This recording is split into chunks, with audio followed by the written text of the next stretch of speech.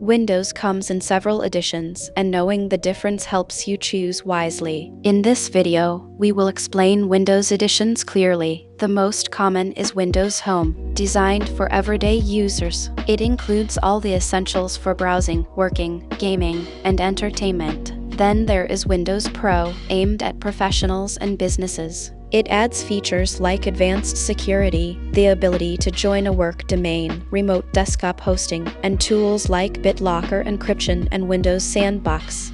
For large organizations, Windows Enterprise offers even more management and security features, though it is usually sold through volume licensing rather than to individuals. There is also Windows Education, similar to Enterprise but tailored for schools. Each edition runs the same core Windows, so apps and the interface look familiar across them. The differences lie mainly in advanced features and management tools.